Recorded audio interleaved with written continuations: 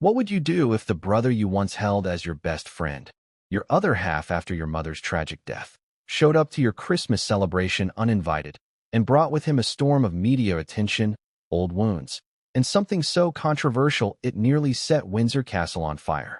Would you welcome him in or throw him out? That's exactly what Prince William, heir to the British throne, faced this past Christmas Eve. Except this wasn't just about family. Before we continue, please hit the like button, subscribe to the channel, and turn on the notification bell for updates. It was about legacy, loyalty, betrayal, and according to multiple sources close to the palace, it ended in one of the most humiliating scenes in royal holiday history. Because Prince Harry, estranged, embattled, and reportedly emotional, was kicked out of the 2025 royal family Christmas celebration. Not by staff, not by security, by his own brother. But this wasn't just a personal clash. What unfolded that night sent shockwaves through the royal household, parliament, and even across the Atlantic. It reopened decades-old wounds. It shattered hopes of reconciliation. And it may have finally severed a royal bloodline, not by death, but by decision. And what was inside the envelope Harry tried to hand William might be even more dangerous than any public scandal to date. But before we go further, let me ask you, why now? Why would Prince Harry, who has missed royal Christmases for years, who has burned bridges through tell-all books and Netflix documentaries, choose this year, this moment, to reappear? And why did he think he'd be welcomed? The truth may lie in a tangled web of private emails, intercepted text messages, silent tensions between brothers, and a whisper campaign that's been building for months behind the gates of Windsor. In this investigation, we're not just telling you what happened. We're reconstructing every moment. From the moment the SUV rolled through Windsor's icy gates, to the exact words Prince William reportedly used to eject Harry from his presence. From staff testimonies to what one royal aide said she overheard through the doors of the Crimson drawing room. But to understand the explosion of that night, you first have to understand the quiet that came before it. The cold tension, the Christmas planning, the expectations, and the silence from King Charles. Because what the king didn't say may have been just as loud as what William did. Let's rewind. The setup, a castle full of tension. Windsor Castle in December is a site of tradition.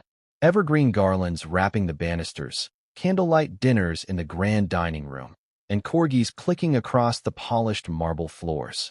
It's where the royal family gathers each year. Those who still believe in the magic of monarchy, in the weight of tradition, in showing the public that all is well. But in 2025, all was not well. Inside the castle walls, rumors swirled even before the Christmas decorations were finished being installed. Some said King Charles wasn't attending at all. Others whispered about tensions between Queen Camilla and Princess Kate. But the biggest cloud hung over two names, William and Harry.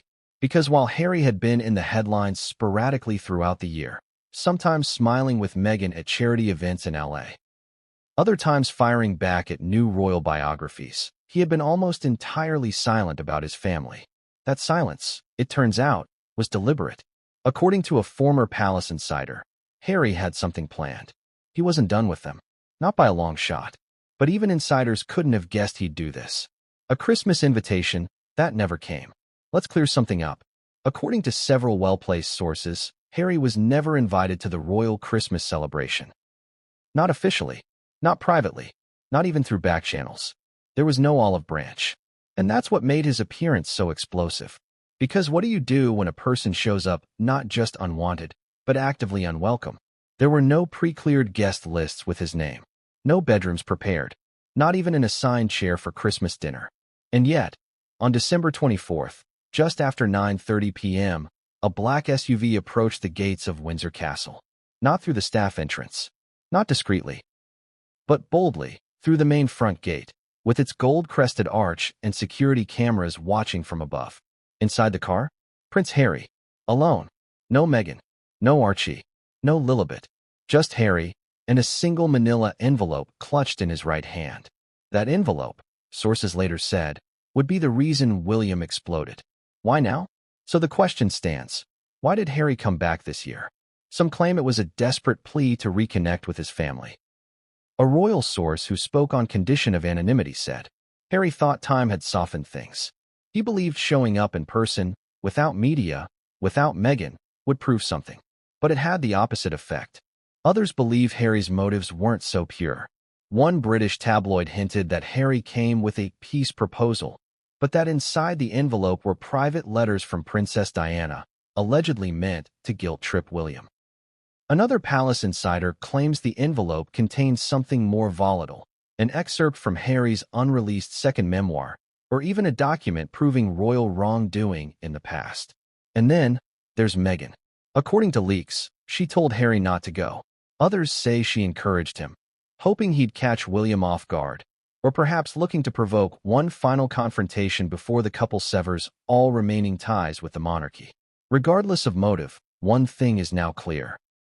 Prince William didn't want him there, and when he saw him, he acted with fury. But before William stormed down the marble staircase, before he locked eyes with his brother in the castle foyer, something else happened. Something no one expected. A silence fell across Windsor. Guards paused. Kitchen staff froze mid-prep. A junior aide dropped a tray of candied oranges. The moment Prince Harry stepped out of the car and onto the red-carpeted entryway, it was like time stood still. He was not wearing formal attire, not carrying gifts, not even smiling. He looked tired, but determined. Was this the Harry who once laughed beside William in their matching Union Jack sweaters? Or was this the Harry who torched his family's image on primetime television? Only one person could answer that. William. And he was about to. Because somewhere upstairs, in a drawing room flooded with golden candlelight and the faint scent of cinnamon, Prince William had just been told. He's here. And when William heard it, he didn't ask who. He already knew. He simply said, "Don't let him in." But it was too late. Harry was already through the doors. And what happened next was witnessed by at least 5 palace aides, overheard by 2 security officers, and later recounted in fragments by staff who claimed they'd never seen William's face so pale. Because when Harry extended his hand, not for a hug, but to offer the envelope, William didn't even look at it. He looked through it, straight at his brother, straight at the past, and then he said something no royal biographer, no historian, no publicist could have prepared for. But what came next would change everything, and no one saw it coming. What did Prince William say in that moment that stunned the staff, silenced Harry, and ignited a firestorm across the monarchy? He said, "Turn around. You're not welcome here." No emotion, no trembling voice, just a cold, calculated directive. Now imagine this. You've driven across the country on Christmas Eve to see your family, carrying something you believe could finally fix years of broken trust, or at least force a reckoning. You're standing at the foot of the castle where you were raised, and the man who once carried you on his shoulders tells you, you're not welcome. Not just not today, not now, but not ever again. Did Harry think William was bluffing? That this was just for show? Because he didn't flinch at first. He didn't leave. He didn't shout. Instead, he opened the envelope and held it out. Right there, between the gilded Christmas garland and the palace portraits, Harry made his final move. He handed his brother a sealed document. One of the aides said it looked like a legal file. Another claimed it was handwritten. A third whispered later that it had Diana's name scrawled across the top. And yet William refused to take it. He didn't even glance down. Instead, he said something even colder. "Don't you dare use her memory like this." Boom. You could practically feel the air change in the room. One of the corgis let out a low whimper. The butler, trained for decades to keep calm, actually coughed. But Harry? He still didn't leave. He lowered the envelope. And then he spoke. Quietly, but clearly. "I came for peace." Peace. To William, that word might as well have been an insult. Because to him, peace had already been broken. By Oprah. By Netflix. By the memoirs. By Harry walking away from royal life and torching everything in his path. So to hear that word, peace, from the very man he believes publicly humiliated their father, dragged their stepmother through the mud, and leaked private conversations? It was too much. William stepped forward, face flushed, voice louder now. "You came for drama. As always." Ouch. That line, according to 2 staffers, was the exact moment Meghan reportedly texted Harry from California. "Are you okay? Do not say anything. Do not let them win."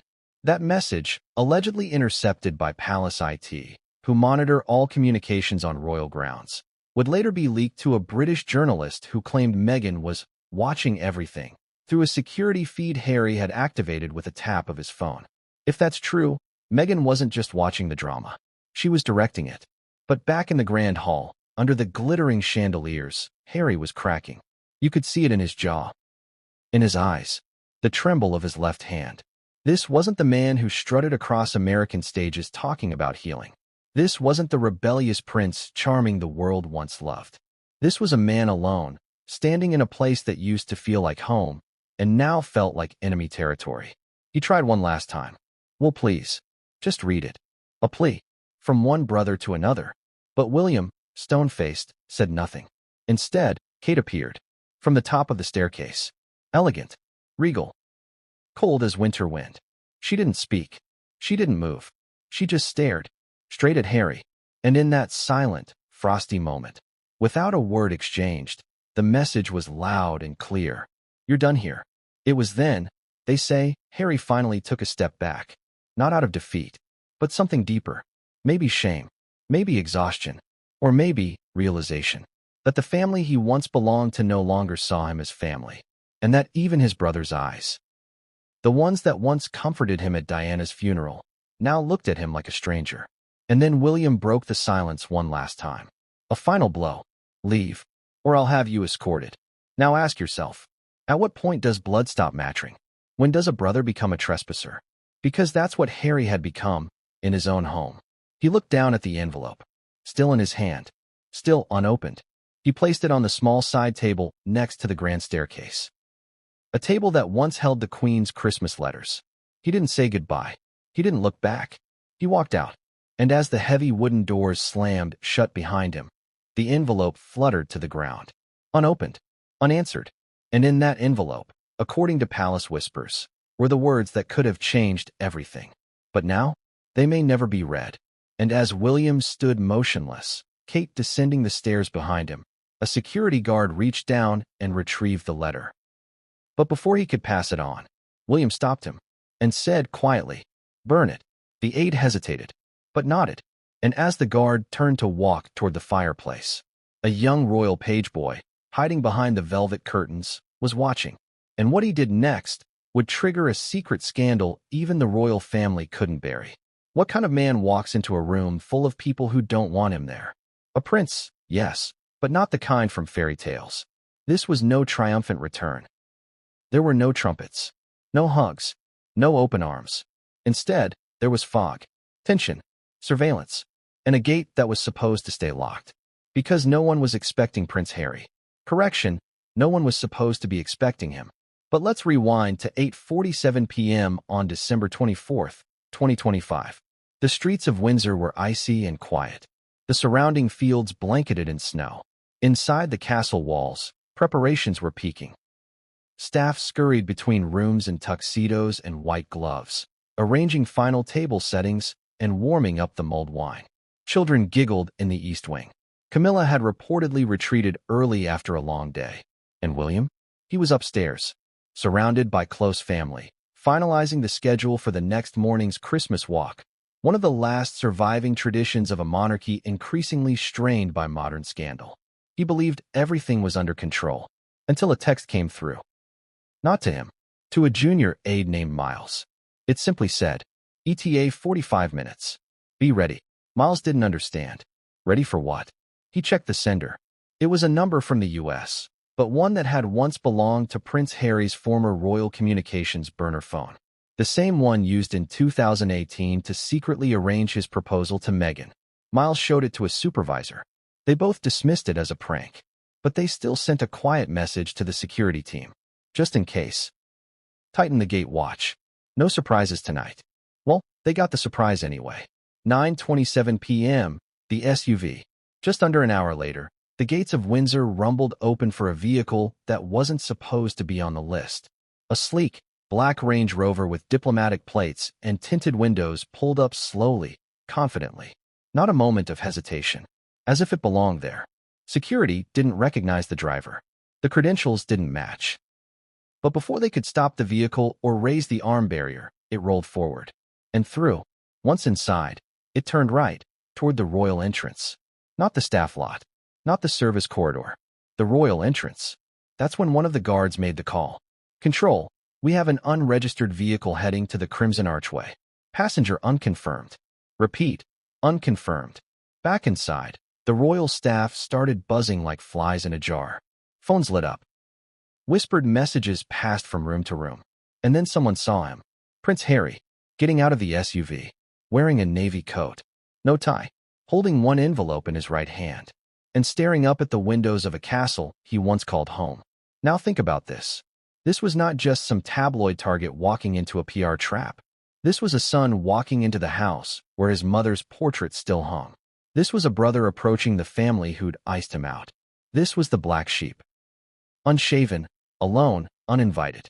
And not just walking into the lion's den, but owning it. Or trying to. The moment of entry. The doors didn't open for him. He opened them himself.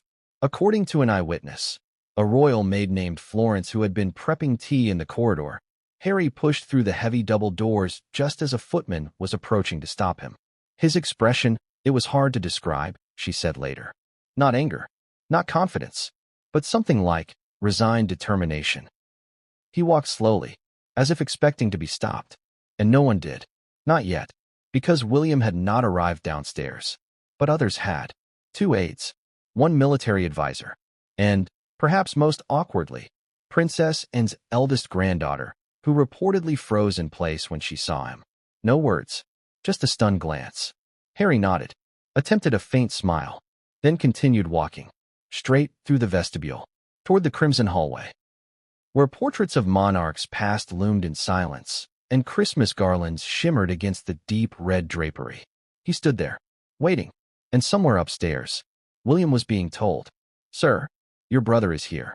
William's response, silence. Then, "What did you say?" "He's here, sir." Another pause, a deep breath, and then, "Don't let him in." But again, too late. The gates had failed. The message had arrived. And so had the man. William handed his glass to an aide, fixed his cufflinks, and walked down the stairs, but not before saying, "Get Kate. She'll want to see this." What was in the envelope? To this day, no one outside of that moment knows exactly what was inside the manila envelope. But speculation runs rampant. Some say it was a personal letter, one final attempt at reconciliation.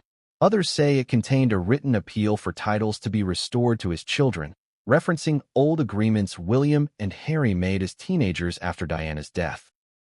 But one theory stands out, and it's chilling. According to a leak from inside the Royal Archives Circle, the envelope may have contained handwritten letters from Diana herself, never-before-seen notes written to both William and Harry and locked away by Queen Elizabeth in the 1990s. How Harry would have obtained these is unclear. But if true, then it explains everything. Because William, when he arrived at the base of the staircase and saw Harry holding that envelope, said one thing first. "Is that from her?" Not "What is that?"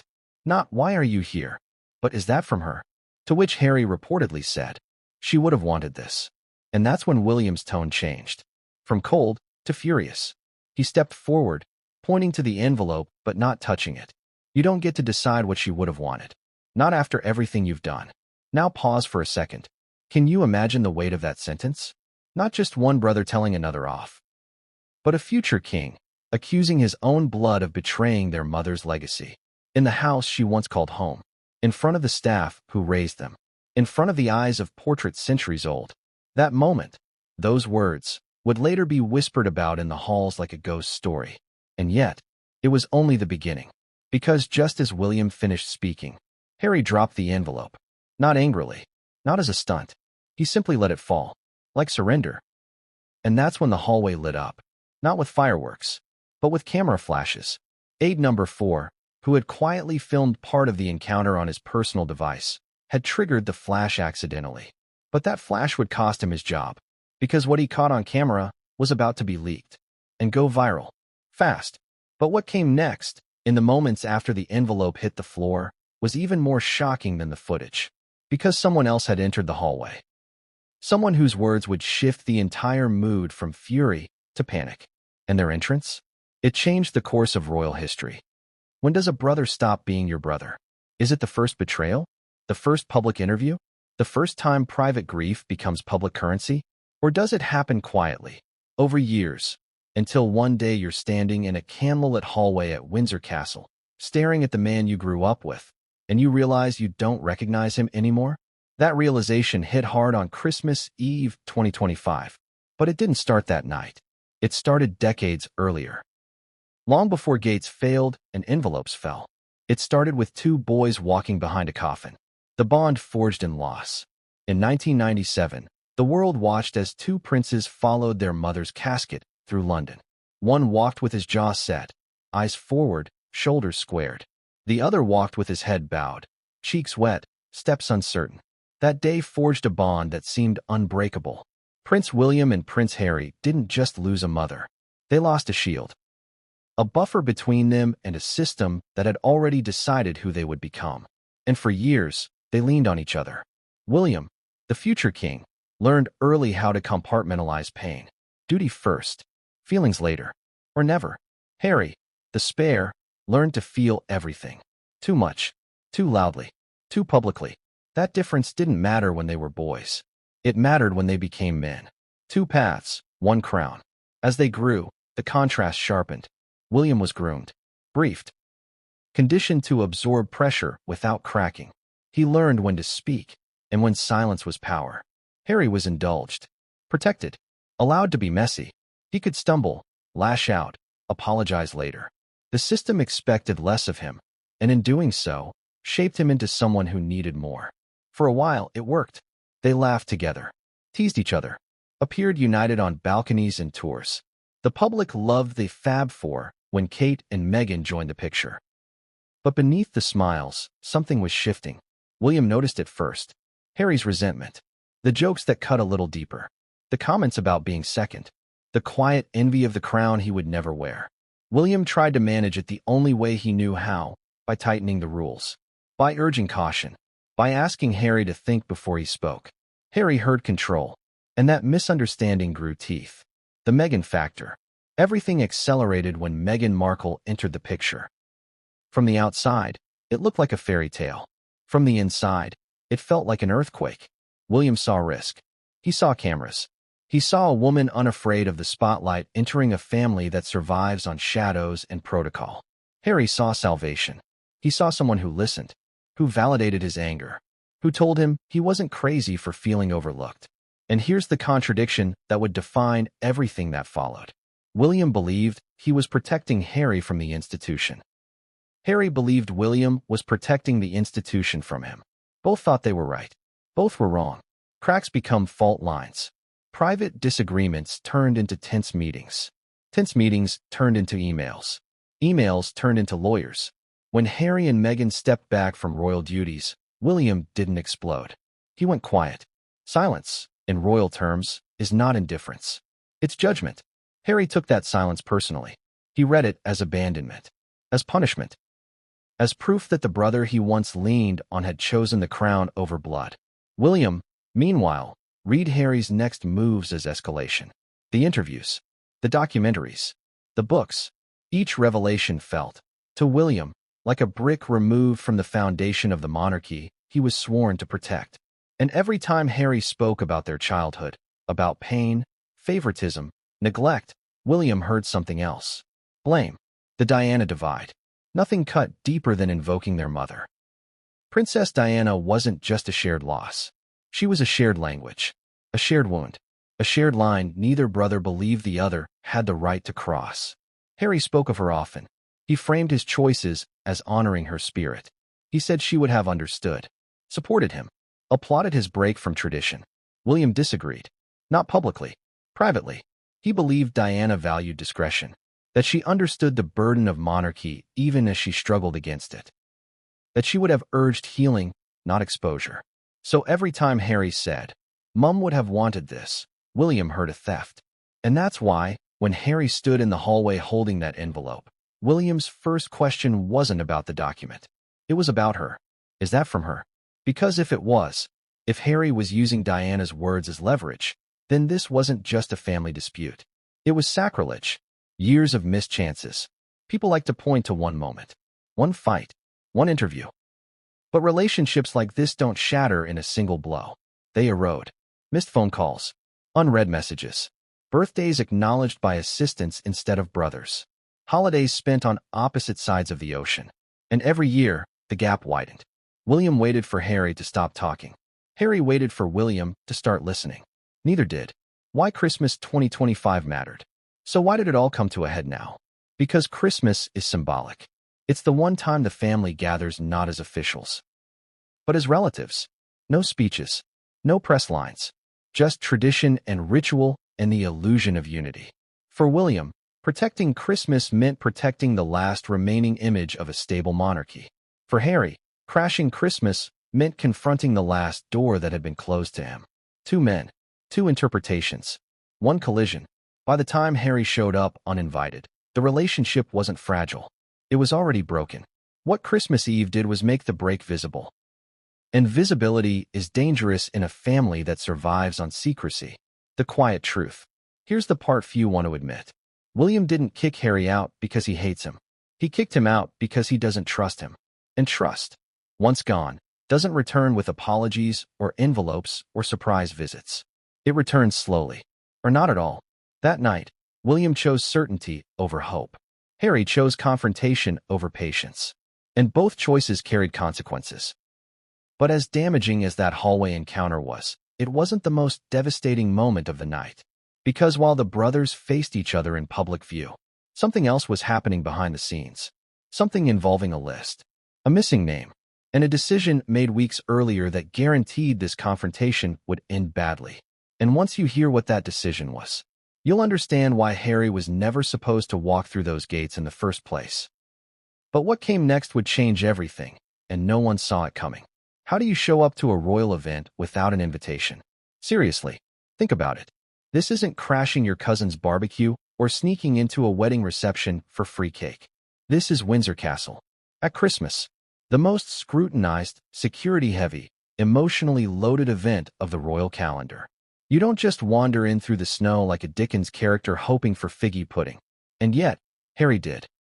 So the question becomes, was he invited? And the answer depends on who you ask. Because according to Buckingham Palace, the guest list for the 2025 Royal Christmas Gathering was streamlined for security and privacy. That's the official line. Behind the scenes, it was a battlefield. The guest list that started the fire. Every year, invitations go out from the royal household around late November. Beautiful, cream-colored cardstock, gold-embossed crests. The kind of invite you don't dare throw away, not even if it's addressed to the wrong person. And this year, just like every year, the usual suspects were included. Prince Edward and Sophie? Invited. Princess Anne? Absolutely.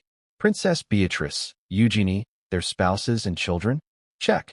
Even Camilla's children, who are technically not royal, received formal welcomes. But one name was missing. Actually, two. Harry and Meghan. Sources say their exclusion wasn't just bureaucratic. It was intentional. According to a high-ranking courtier, speaking anonymously, of course, a meeting was held in early November with King Charles, William, and the Queen Consort present. And the subject? Whether or not to invite the Sussexes. The debate reportedly lasted 12 minutes. Charles, torn as always, reportedly said, "It might be time to begin bridging the rift." Camilla allegedly raised a brow but stayed silent. William's response? Not until he admits what he's done. That was it. The meeting ended. No invite was sent. Not to California. Not through back channels. Not through private secretaries. Nothing. And that's where things should have ended. But with the Sussexes, nothing is ever that simple. Meghan's alleged move behind the scenes. Here's where things get murky. Because while Harry was left off the official invite list, there are whispers that Meghan may have received a call. Not from the king. Not from William. But from someone on the fringes of royal power. Lady Susan Hussey. Yes, the same Lady Hussey who stepped down in 2022 after a race-related scandal, only to quietly return as a private advisor to Queen Camilla. Rumor has it that Lady Hussey reached out to Meghan in early December, maybe out of guilt, maybe to stir the pot, and said, "There might be room for reconciliation this year. You should consider sending Harry." Whether she meant it sincerely or manipulatively, we may never know. But apparently, that message got Meghan thinking. Because only 2 days later, Harry began making travel arrangements to the UK. And no one, not a single royal official, was told. A text that sparked paranoia. December 19th, 5 days before Christmas. An encrypted message arrives on a royal aide's phone from an unverified number based in Santa Barbara. It reads, "Does he need formal attire for the church walk, or will it be canceled again?" That question set off alarms in the palace. Who's he? Who's asking? Was this a mistake? Or worse, was Harry actually planning to show up? The message was quietly flagged, archived, and buried. No response was sent. But internally, a new phrase began circulating in private security meetings. Rogue Royal. That's how they began referring to Harry. Not as a prince, not as a family member, but as a potential disruption to national optics. And still, no invitation was sent. Not even after a second message arrived. He's coming with peace. If the door's open, let him in. That one chilled the room. Because who sends a message like that, unless they know the door is closed? Why did Harry think he was welcome? Now, let's play devil's advocate. Why would Harry show up if he knew he wasn't invited? Simple. He didn't believe the invitation mattered. You see, in Harry's world, family trumps formality. He's not wrong, in most families. But this isn't most families. This is a family where protocol is identity. Where dinner starts not when everyone is ready, but when the Queen's handbag is placed on the table. And Harry forgot that. Or ignored it. He believed, truly, that if he showed up, humbly, alone, bearing a gesture of goodwill, he'd be embraced. Or at least tolerated. But that's not how royalty works. Especially not now. Especially not with what was inside that envelope. The children and the titles. A hidden trigger. Here's a theory gaining traction among insiders. The envelope Harry brought to Windsor wasn't about reconciliation at all. It was about titles. Specifically, for Archie and Lilibet. After Queen Elizabeth's death, King Charles made it known. The Sussex children would technically be entitled to HRH status under existing protocols. But he didn't grant it. Why? Because of the Oprah interview. Because of Spare. Because of Netflix. And because William strongly opposed it. He believed, sources say, that giving royal titles to children raised outside the crown, in a celebrity culture of media exposure, would be dangerous. And Harry? Well, he disagreed. Fiercely. The envelope, according to 2 aides who saw it before it was taken away, contained a formal petition addressed to Charles, but handed to William. And in that petition, a demand for the children's titles to be recognized and activated by January 1st, 2026. And the reasoning? A handwritten postscript from Harry himself. This is what she would have wanted. She, of course, referring to Diana. It was a gamble, a card played face up, but it landed like a slap in the face. Because William saw it not as a gesture of peace, but of emotional blackmail. And from that moment, there was no going back. Christmas at the crossroads. By the time Harry crossed through the gates, there was no room for interpretation. He knew he wasn't wanted. He knew there was no place setting. He knew William would see the envelope as a provocation. But he came anyway. Why? Because Harry still believes, somewhere deep down, that blood must count for something. That family should supersede formality. That Diana's boys, for all their pain and history, could find their way back to each other. And William? He believed something else entirely. He believed that reconciliation without responsibility is meaningless. That forgiveness without an apology is manipulation. And that this Christmas, above all others, would not be hijacked by a man who chose exile and then demanded access. So when Harry showed up uninvited, it wasn't a surprise. It was a test. And William? He failed. Or passed, depending on who you ask. But the consequences of that night were far from over. Because while the brothers stared each other down, something else was unfolding in the palace kitchens.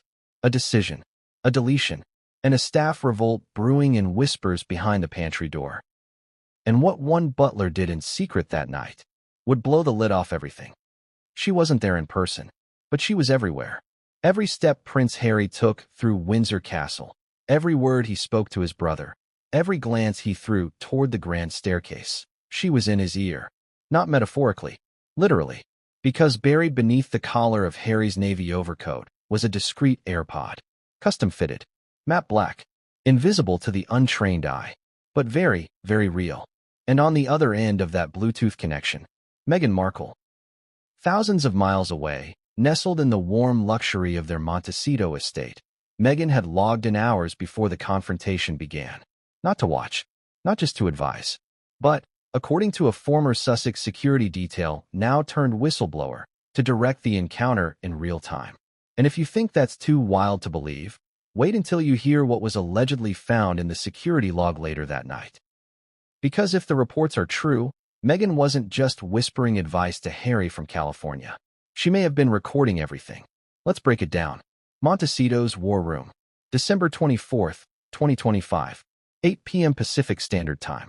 In the California hills of Montecito, inside a candlelit home designed for privacy and power plays, Meghan reportedly sat in the couple's glass-walled office with a legal pad, a steaming cup of tea, and a live feed. Sources claim she had coordinated with a friendly third-party, private security firm to remotely sync with Harry's smartwatch and phone audio. That alone is shocking, but not illegal. What came next might be. At exactly 8:33 p.m. UK time, Meghan initiated an encrypted call via a proprietary messaging platform known for bypassing traditional cellular logs. It connected. Harry answered with one word. Ready. From that moment on, he was no longer walking into Windsor alone. He was co-piloted. And Meghan?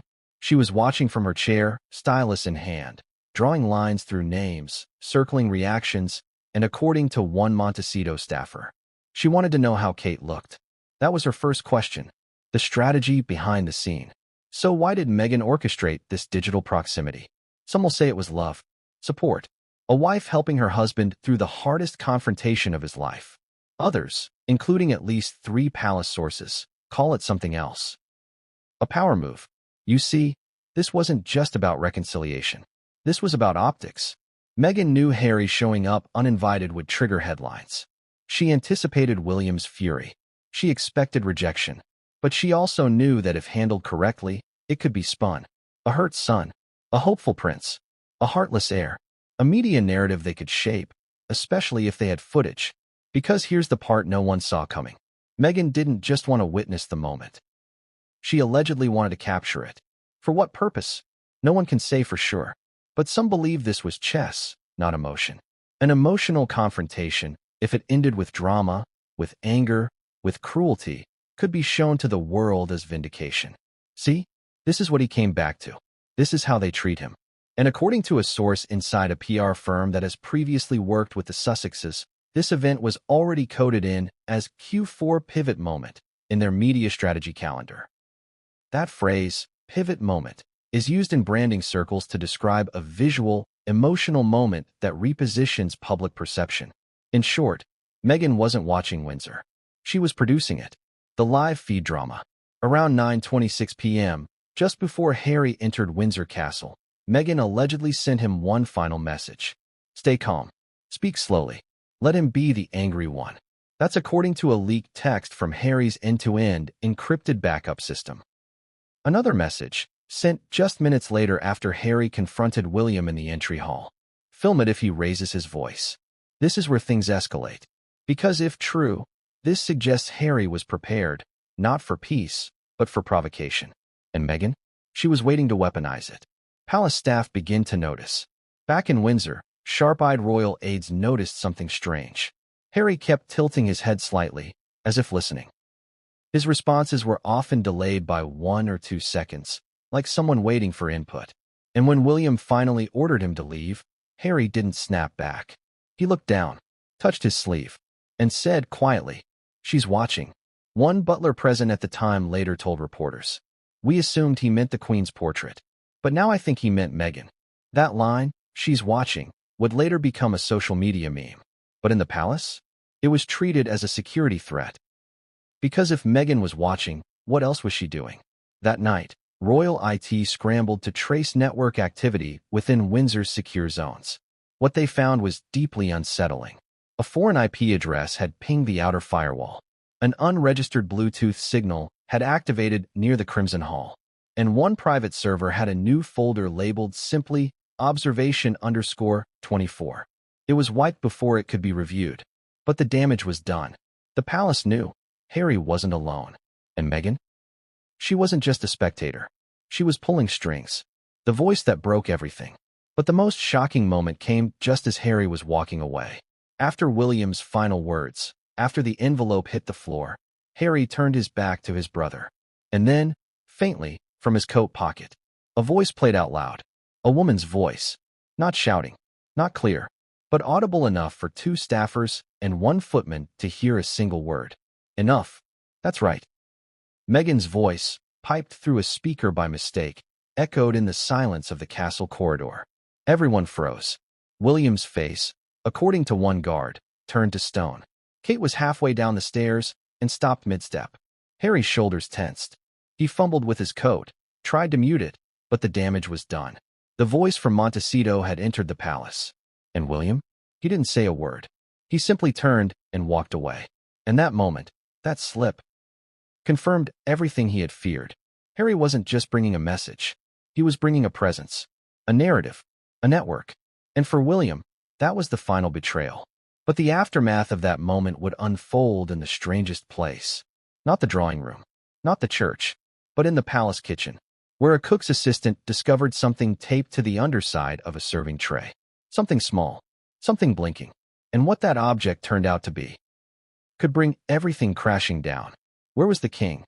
As Harry clashed with William in the shadow of Diana's portrait, as Meghan's voice echoed through a hidden earpiece across the ocean, as tensions flared and staff scurried, and the envelope hit the floor with an audible thud.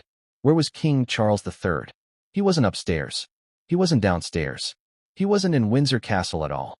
And that wasn't an accident.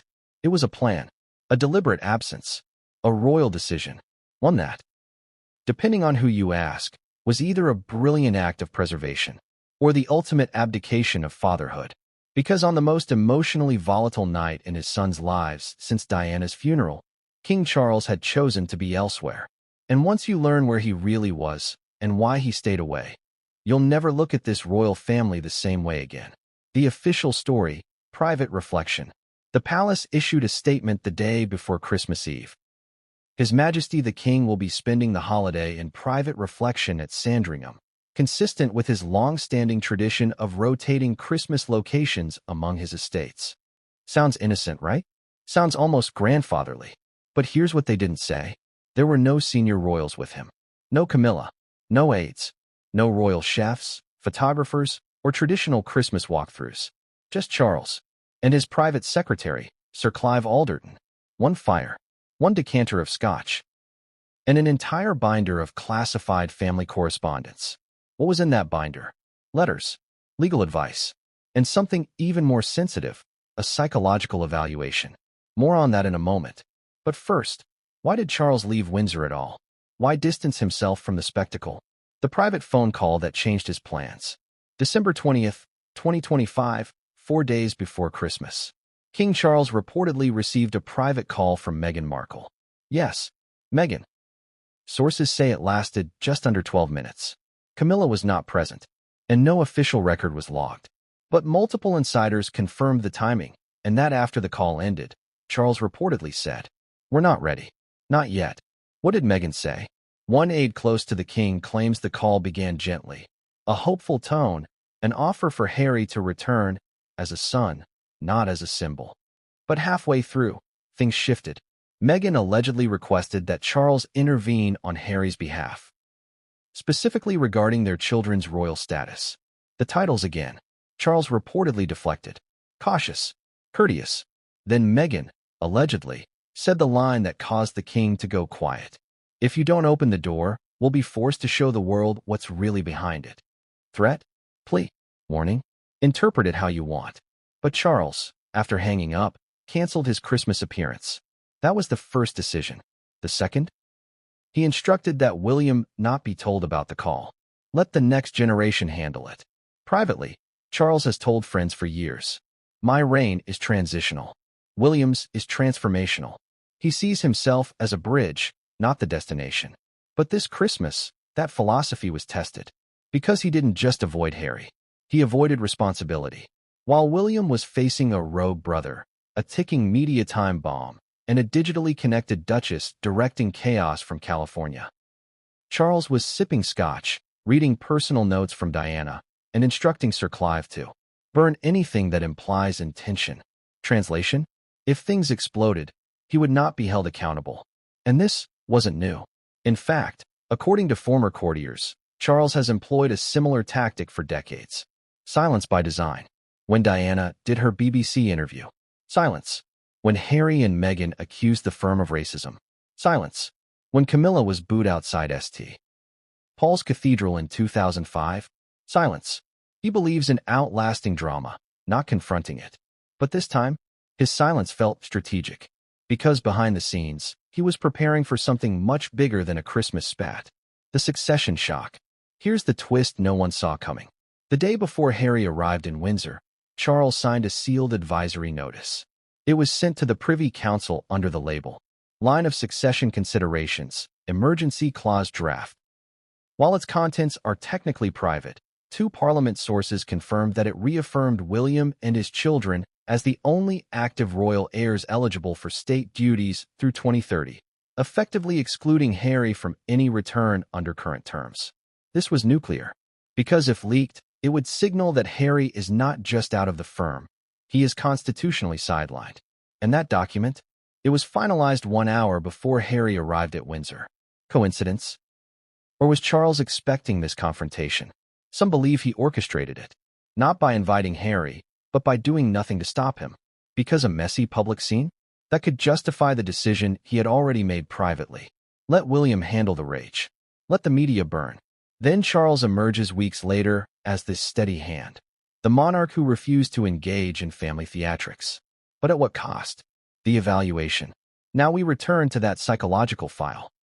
Sources close to Clarence House claim that a private evaluation of the Sussex situation was commissioned in late 2024. Not a clinical diagnosis, but a risk assessment. The result?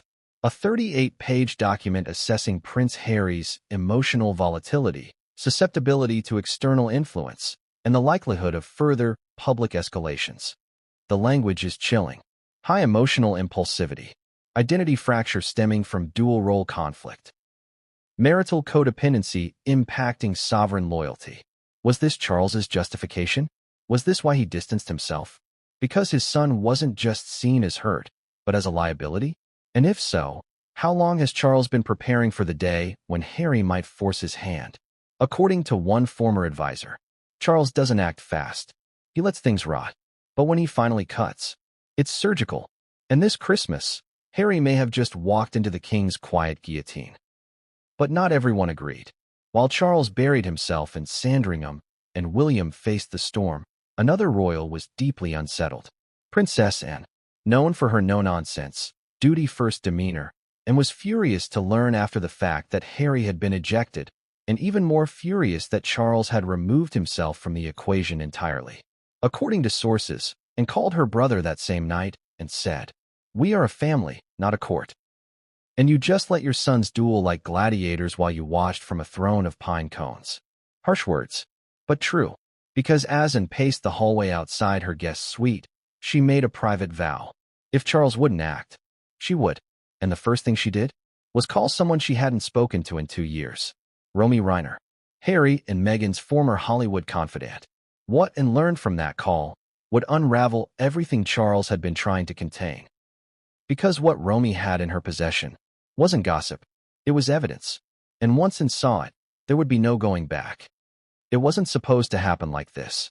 Not in the grand hall of Windsor Castle. Not in front of portraits of ancestors who built empires.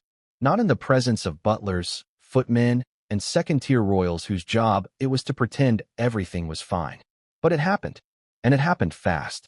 Because when Prince Harry walked through the heavy oak doors, envelope in hand, heart racing beneath his coat, he thought, somewhere in the deepest corner of himself, that maybe, just maybe, his brother would hesitate, would soften, would remember the boy he used to laugh with under the table at Christmas dinners, the one he'd protect from teasing guards and cruel tabloids. Instead, what he got was the heir, not the brother, not the friend, but the future king. And kings do not tolerate intrusions. You're not supposed to be here. The words came not as a shout, not a warning, but as a verdict. William descended the grand staircase slowly, controlled, hands behind his back like he was preparing to inspect troops. Behind him, Kate followed, silent, composed. but you could feel the chill in the air as she entered. Harry, standing just below the archway of the crimson corridor, turned to face them both. He was backlit by the flickering chandelier above. Behind him, the shadows of two palace aides watched breathlessly, unsure if they should intervene or flee. Harry held up the envelope. It trembled. "This isn't an ambush. I just want you to read it." William didn't glance down. "You were told not to come." "I wasn't told anything." "Exactly. That was the message." Oof. Right there. No compassion. No hesitation. A door that had been closed, locked, and now reinforced with iron. Harry tried to step forward. William stepped down, blocking him halfway on the staircase. Their eyes locked. Two men born to the same blood, now walking entirely different destinies. "You think showing up like this proves something?" William asked. "You think barging in uninvited makes you the bigger man?" Harry didn't flinch. "I think it shows I'm still willing to try." That landed. Barely. But William's face didn't budge. Try? Or perform? Silence. You could have heard a pin drop in the next room. That's when Kate finally spoke. From the shadows of the staircase. Her voice cold but composed. "The children were just singing by the piano. You've disrupted that now." Not a scream. Not a breakdown. Just a fact. But it cut. Harry looked down. For the briefest moment, he looked ashamed. Then he said, "This is the last time I come through that door unless you open it first." That line. That plea. It should have moved something. Anything. But William didn't blink. He stepped forward one more stair. And pointed. "Turn around. Or I will have you escorted." That was it. No grace. No option. No, we'll talk later. Harry stood there, breathing hard, still holding the envelope. He looked up toward his brother, past him toward Kate, and then said quietly, "Mum would be ashamed of this." Boom. The nuclear button. The line that shattered the last layer of calm. William's jaw clenched so tight a footman near the corridor said he thought he heard his teeth grind. He stepped all the way down. They were now face to face. Inches apart. Two princes. Two paths. One crown between them. "Don't use her name like that," William said, low and threatening. "She wouldn't have slammed the door in my face. She wouldn't have sold her grief to Netflix." Oof. There it was. The mask slipped. Now they were speaking not as royals, but as brothers in combat. Old resentments, years of silence, betrayal, heartbreak, all boiled over in that 1 second. And then, Harry dropped the envelope. Not as a tantrum, not for show, but as surrender. It fluttered to the marble floor between them. William looked at it, paused, then turned his back. The shouting behind the door. That's when it happened. As William turned, Kate behind him. The hallway suddenly echoed with a noise no royal staff had heard since the Diana days. Shouting, but not from Harry. From inside the door, just to the left of the staircase. The Queen's sitting room, where Princess, and having just ended her explosive phone call with Romy Reiner, was arguing with someone. That door burst open, and there she stood, hair pinned high, face flushed with fury. She stormed into the hallway, looked at both men, and said, "Enough, both of you." For a second, neither responded. She pointed to the envelope. "What's that?" "It doesn't matter," William said. "It does now," and replied. Then she picked it up, and that's when Harry said it. Softly. So soft, some staffers didn't even hear it. Button did. "It's about the kids." She stopped, looked up, then back at William. "You knew?" William's silence said yes. Harry turned to leave. "You've made your choice." William didn't stop him, didn't call after him, didn't even glance back. Button did, and she clutched the envelope tighter as Harry disappeared through the archway, his footsteps echoing behind him. The walkout. Outside, Harry stepped into the icy wind. No coat over his shoulders. No car waiting. Just frost clinging to the castle stones and silence in every direction. He walked, alone, back through the garden path where he and William once played hide and seek. Back past the stables where Diana used to sneak sugar cubes for the horses. And as the castle doors slammed shut behind him, no one followed, not even the guards. The message was clear. He was done, or so they thought, because upstairs, in her room, Princess and sat down at her desk. She opened the envelope. She read the first line, and then she picked up the phone. Not to William, not to Charles, not even to Harry.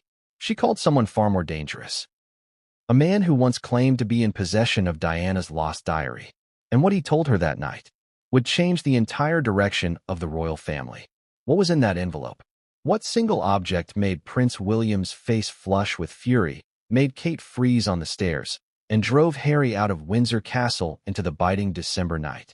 Was it a threat, a peace offering, or something else entirely? By the time Princess Anne sat alone at her writing desk, her hands still cold from the confrontation downstairs, the envelope felt heavier than it looked. She placed it in the center of the blotter. No royal wax seal, no gold crest, just a plain manila envelope with 2 words handwritten in black ink. For William. She hesitated. This wasn't meant for her. But in the absence of Charles, in the wake of William's refusal to even look at it, and with Harry now vanished into the darkness, someone had to open it.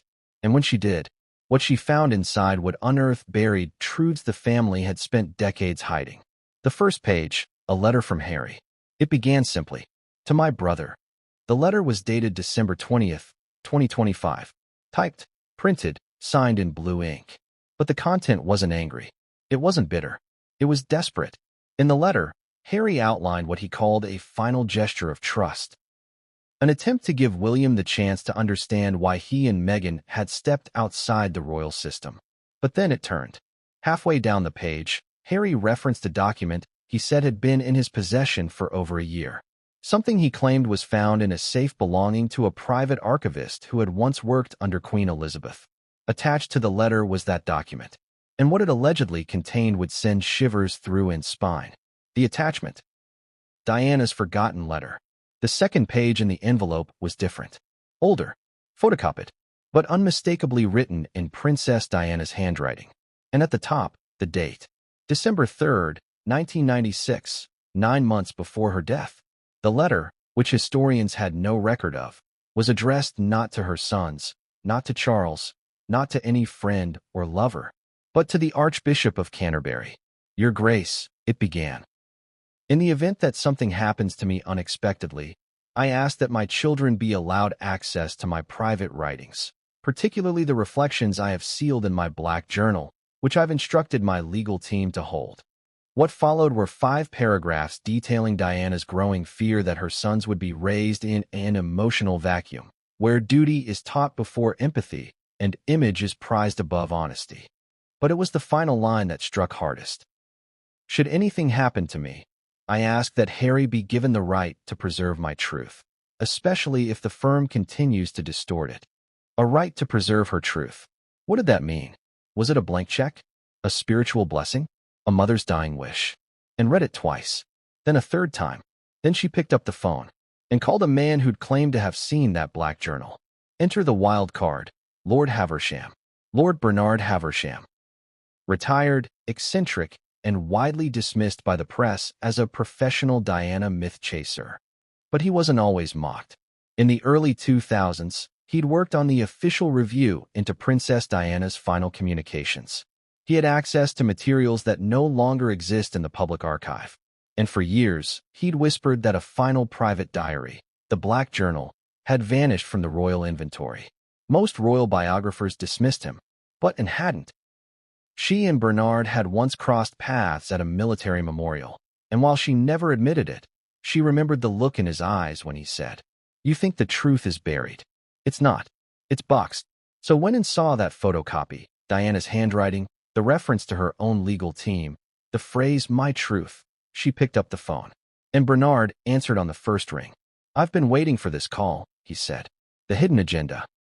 According to Bernard, the letter Harry attached was only part of what Diana wrote.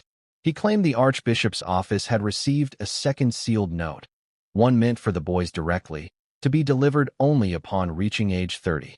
But that letter, like the journal, had gone missing after Diana's death. Or had it? Bernard then said something that made Anne's throat go dry. "There's a woman, an archivist, formerly employed by Clarence House. She kept copies. She feared they'd be destroyed. She's in hiding." And, usually the most skeptical royal alive, didn't flinch. "Where is she?" "France. Province. She still has the ledger." "And the journal?" "She says it's sealed." But if Harry referenced it, he's either bluffing, or he's been in touch with her too. Suddenly, and realized what was really in the envelope. Not just a plea, not just a letter, but a declaration of leverage. Harry had essentially warned William, "I know more than you think, and I'll use it if you push me out for good." But instead of handing it to the king, instead of quietly discussing it, he came to Windsor and tried to hand it over in the most emotionally volatile setting imaginable, which raised a dangerous question. Was Harry seeking peace or positioning himself for war? The memo Meghan never wanted read. Tucked behind the final page was something unexpected, a printed email from Meghan, addressed to Harry, dated 1 week earlier. Subject: Next steps, strategy. If you're going to do this, go all the way. They need to understand we're not backing down. But if you hesitate, you give them power. Bring the documents. Bring the letter. But don't give them the originals. We hold the truth, not them. And stared at the page. So this wasn't just Harry acting alone. It was a coordinated play, which meant if William had read the contents, it wouldn't have healed the breach. It would have lit it on fire. And suddenly, it made sense. William's refusal to touch the envelope, his face going pale, his refusal to even acknowledge what Harry held, because he already knew. And he knew if he opened it, he couldn't pretend anymore. The butcher's discovery. Downstairs, in the palace kitchen, a young assistant named Fletcher was preparing a tray of goose when he noticed something odd. Taped to the underside of the silver tray was a small black rectangle. Smooth, featureless, a listening device. Tiny, modern, sophisticated, and illegal. He froze, and then panicked. He ran it to the kitchen manager, who ran it to the head of security. Within 40 minutes, the entire East Wing had been swept. Result? 3 more bugs. One under the banister near the Crimson Hall. One in a hallway sconce near Kate's dressing room. One in the topiary near the drawing room fireplace. All active. All traced to a foreign signal pinged out of Montecito. Suddenly, the pieces clicked. Harry's arrival. The envelope. The listening devices. It wasn't a visit. It was an op. And the person orchestrating it wasn't in Windsor. She was sipping red wine by a crackling California fireplace, watching the castle implode in real time. But the real twist?